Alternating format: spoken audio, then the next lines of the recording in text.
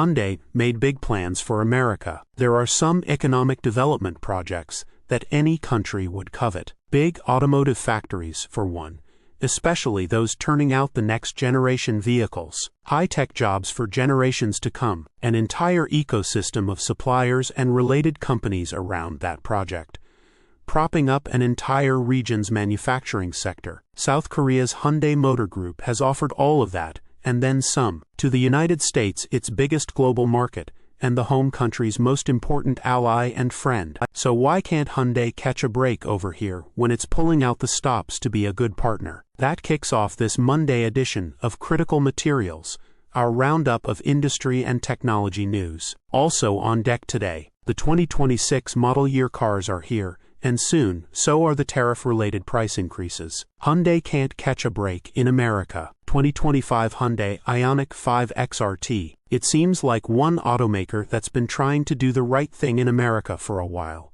seemingly can't win. For Hyundai Motor Group Executive Chair Yoo-sun Chung, the struggle to get in Washington's good graces is personally vexing.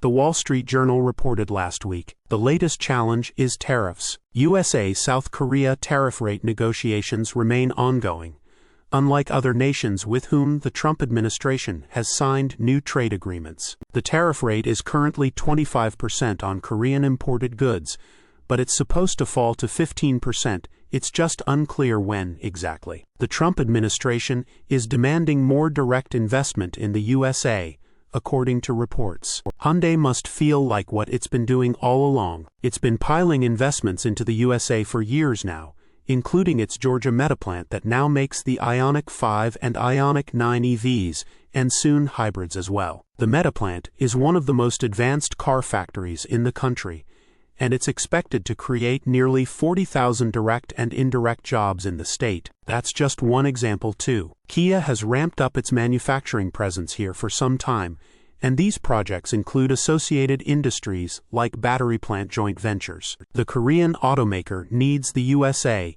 Its home market is an inherently limited one. It's less of a player in Europe than others, and it currently represents less than 1% of the Chinese market. So it has every reason to be in Trump's good graces and encourage favorable export policies and USA domestic production. But here's how things have gone down recently, via the WSJ. In recent years, Chung pushed the Korean carmaker founded by his grandfather to make deeper inroads with American consumers. Hyundai and its sister brand Kia, which had once staked their reputation on decade-long warranties and budget prices, racked up design, technology, and quality awards. More than half of the firm's operating profits today come from the USA. Ahead of looming tariffs, Hyundai in March pledged roughly $21 billion in USA investments that would manifest before Trump's second term ended. The investment earned Chung and Hyundai officials a trip to the White House. Trump hailed the investment on social media as proof his tariffs very strongly work. But when Trump's 25% tariff on global auto exports was announced days later,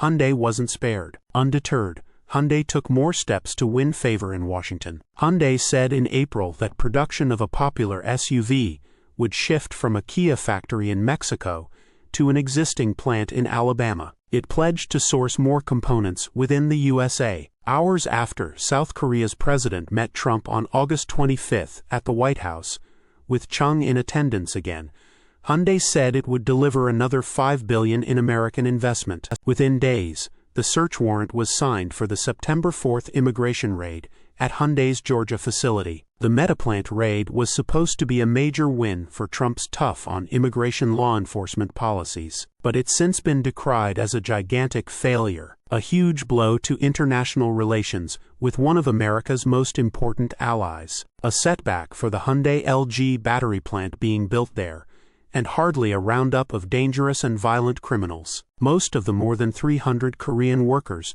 detained and deported were engineers here on business visas to set up the battery plant and train American workers to operate there. But I'd argue Hyundai's headaches started earlier than this. Recall that the Biden administration once blindsided the Korean automaker when the Inflation Reduction Act guaranteed the EV tax credit only to USA-made vehicles, even after the former president himself told a Korean delegation that we've got your back. It's why so many Hyundai and Kia EVs got leased, which is suboptimal in the long run. Nonetheless, the USA is a market that is simply too important to ever give up on. One former Kia investor relations manager told the WSJ, maybe it can catch a win with the new tariff negotiations, but it's getting hard to think of what more Hyundai could be doing to curry America's favor. Source: reposted and summarized from Patrick George at insideevs.